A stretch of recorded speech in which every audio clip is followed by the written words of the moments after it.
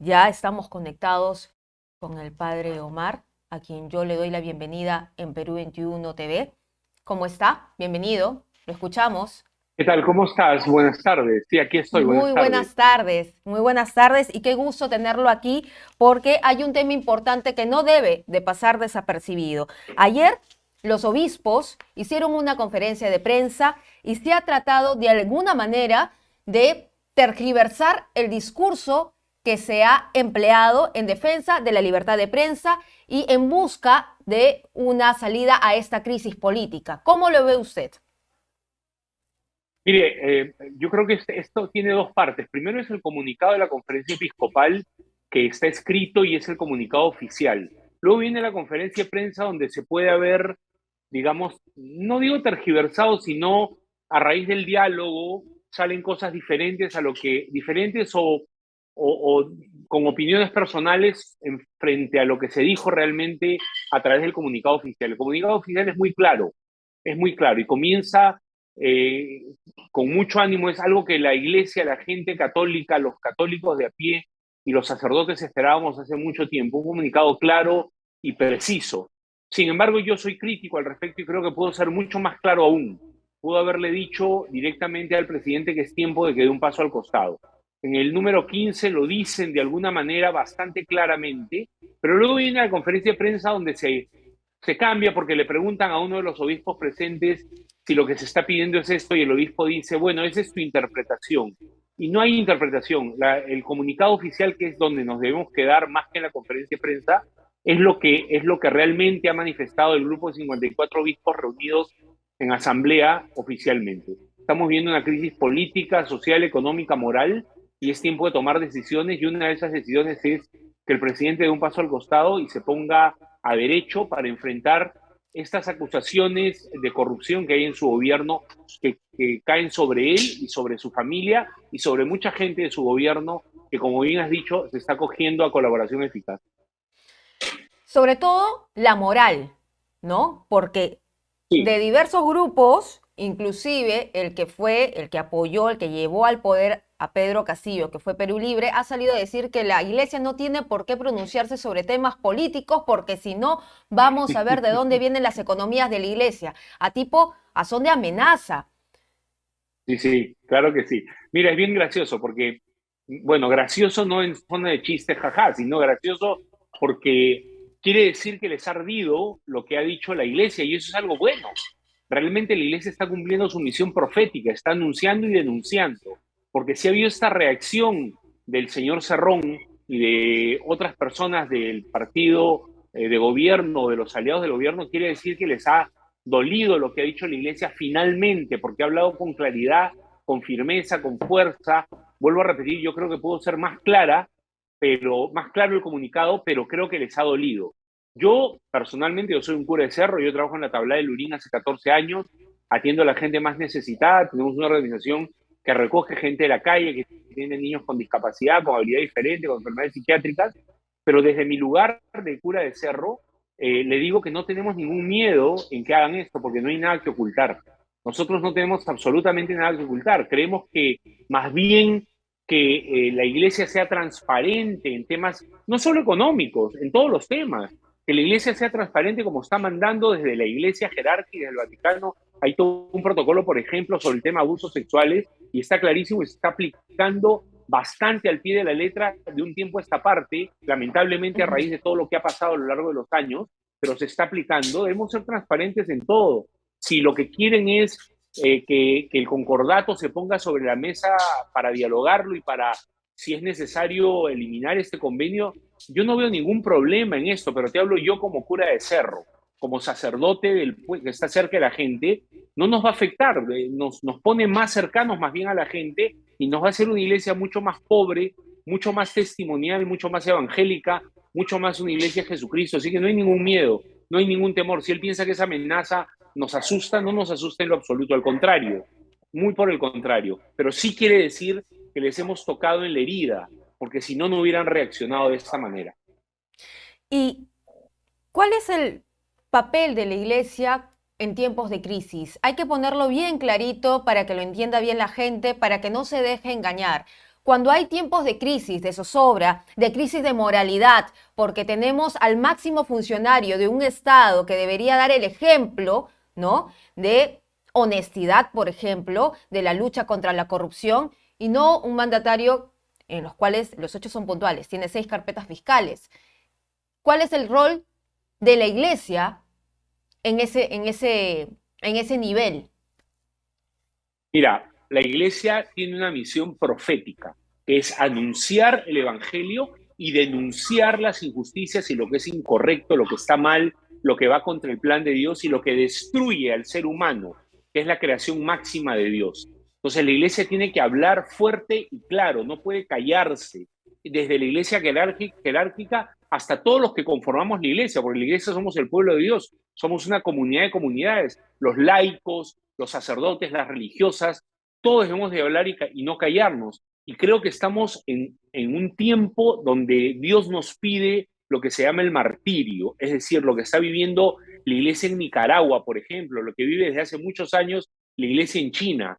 Hablar y decir la verdad, aunque esto le signifique persecución, amenazas e incluso la muerte, o de lo que nos están amenazando ahora, intervención, cerrar iglesias, intervenir en nuestras cuentas, intervenir en nuestra vida interna, intervenir en todos esos temas. No importa, la iglesia no puede callarse, pero además la iglesia está llamada a dar testimonio, a ser profética y a dar testimonio con la vida, con la entrega, con la palabra, con el ejemplo, a estar cerca a la gente más necesitada. La iglesia no está llamada a esconderse en la sacristía y nos quieren meter a la sacristía y no lo vamos a permitir. La iglesia está llamada a estar con su pueblo en estos momentos de crisis, de sufrimiento y de dolor. La gente más pobre, por la que ellos dicen que luchan, es la que más está sufriendo ahora. Las ollas comunes están sufriendo de hambre, están muriéndose de hambre, están volviendo a cocinar con leña, con lo que significa esto para la salud de las madres, lo que significa esto para el medio ambiente. Están comiendo caldo de hueso, que lo vuelven a hervir 3 veces a la semana porque no tienen otra cosa que comer. Están sufriendo y están muriendo de hambre, seguir una crisis humanitaria. No han podido ni siquiera resolver el problema de los fertilizantes para la agricultura. Y él lo decía un exministro de Agricultura de este gobierno, que ahora es congresista, decía que cómo es posible que esto suceda. Y entonces la iglesia no se puede callar porque la doctrina social de la iglesia nos invita a estar presente en las realidades temporales. Y la política, la salud, la educación, todas son parte de las realidades temporales y nos toca a nosotros hablar y participar de estas realidades temporales. No participar de política partidaria, pero sí intervenir en la política, porque además somos ciudadanos, tenemos DNI, votamos, no estamos exentos ni eximidos del voto. También tenemos un voto y una opinión política, y si bien es cierto, no participamos en política partidaria, creo que los curas, la historia lo demuestra, que han dejado de ser curas para participar de política partidaria han fracasado siempre. Miren al expresidente Paraguay, Lugo, miren al expresidente de Haití, Jean-Bertrand Aristide, han fracasado siempre porque nuestro lugar es otro. Nosotros tenemos una vocación para otra cosa. No estamos llamados a participar en política partidaria, pero sí a participar y hablar fuerte y claro y a dar testimonio también, que es fundamental, ser coherente, que es lo más importante.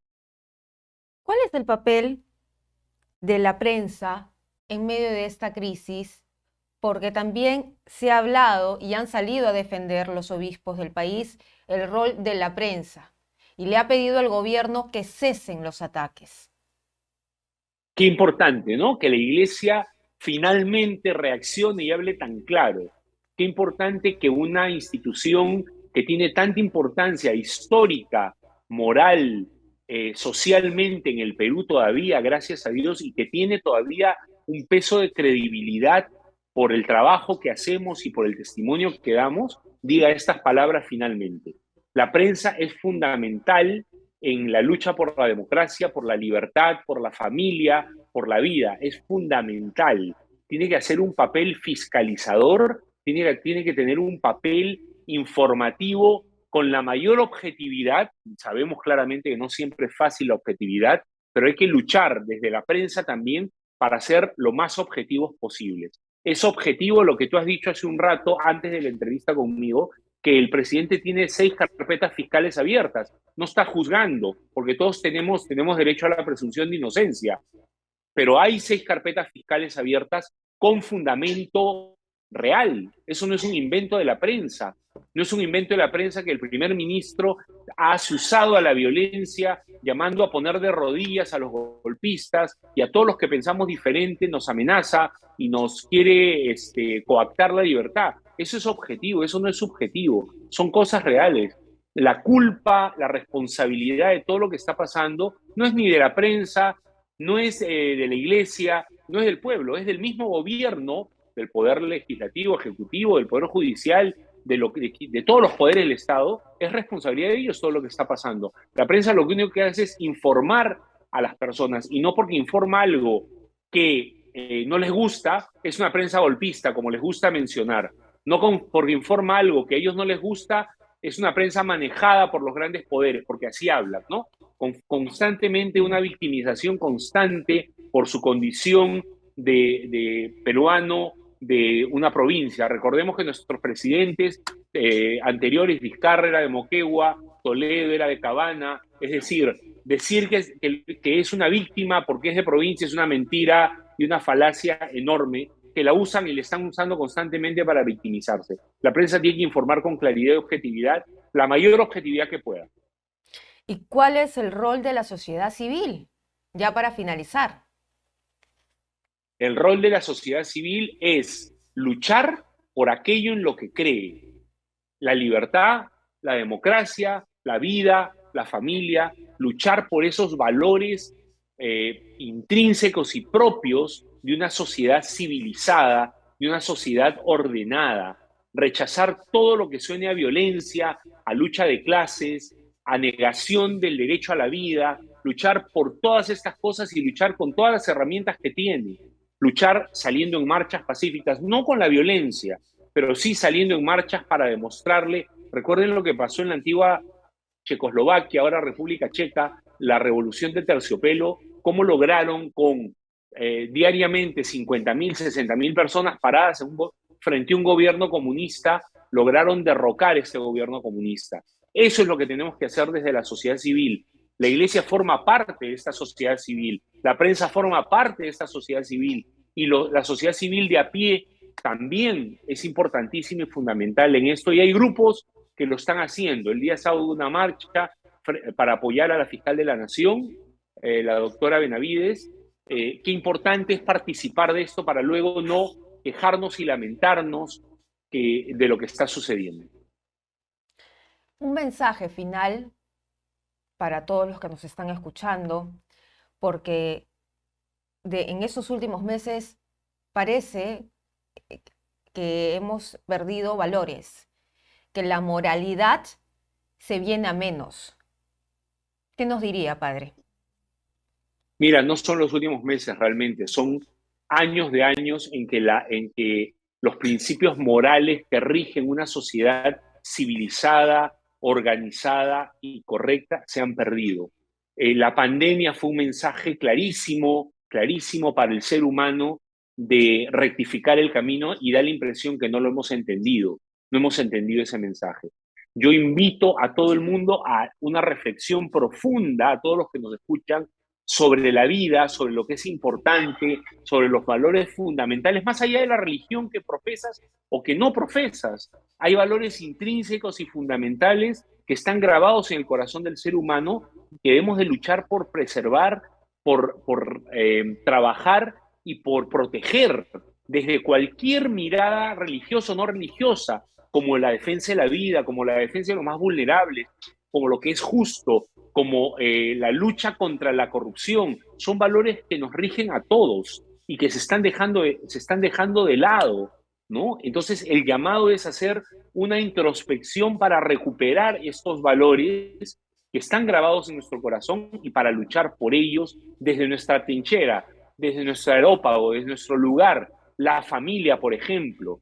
Creo que la gran lucha se libra en los núcleos familiares, donde el papá, la mamá o el núcleo familiar se vuelve a sentar en una mesa y hace sobremesa sin celulares, sin mensajes, y habla con sus hijos y los educa y los forma y los prepara para esta lucha cultural que estamos librando en este momento contra los antivalores, contra la posverdad, contra contra esta nuevo orden mundial que quiere destruir los valores sembrados en el corazón del ser humano.